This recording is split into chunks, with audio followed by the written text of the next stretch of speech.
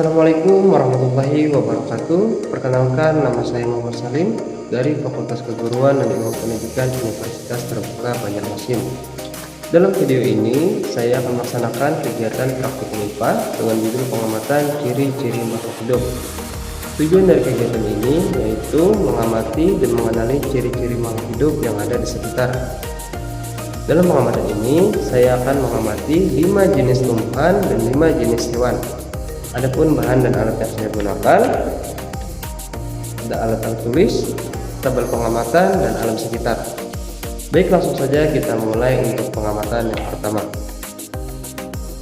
Bagian 1.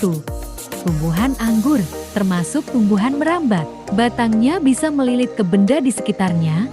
Ini menandakan kalau anggur bisa bergerak dan peka terhadap sentuhan.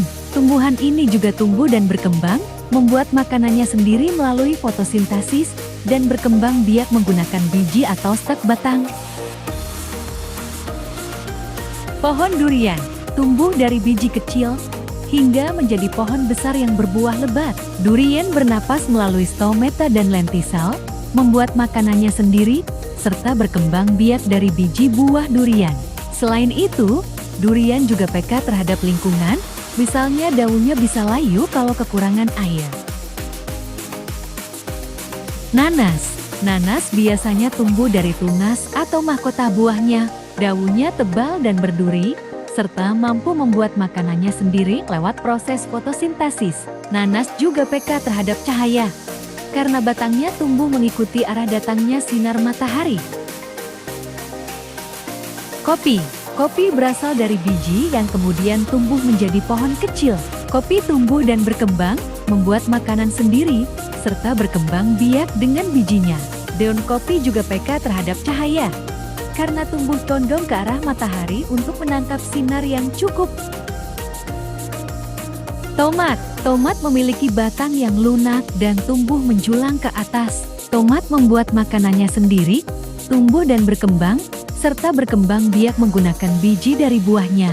Batang tomat juga peka terhadap cahaya dan akan tumbuh ke arah sinar matahari. Bagian 2. Hewan ikan.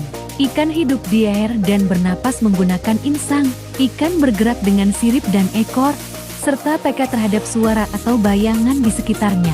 Ikan memerlukan makanan seperti plankton atau cacing kecil, dan berkembang biak dengan bertelur. Laba-laba. Laba-laba punya 8 kaki dan bernapas dengan paru-paru buku.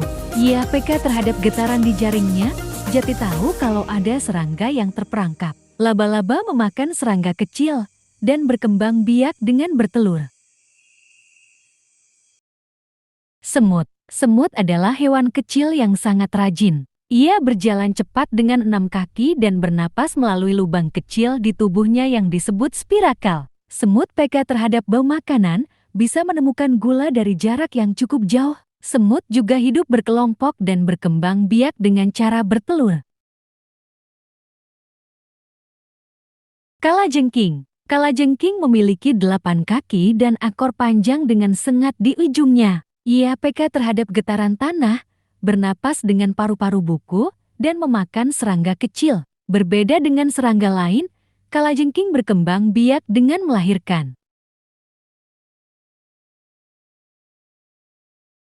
Kumbang gelap. Kumbang gelap atau sering disebut darkling beetle, bisa berjalan dan juga terbang. Ia bernapas melalui spirakel dan lebih suka tempat yang gelap atau lembab. Kumbang gelap memakan sisa tumbuhan dan berkembang biak dengan cara bertelur. Nah, teman-teman, itu tadi hasil pengamatan saya tentang ciri-ciri makhluk hidup pada tumbuhan dan hewan di sekitar kita. Terima kasih sudah menyimak video ini. Wassalamualaikum warahmatullahi wabarakatuh.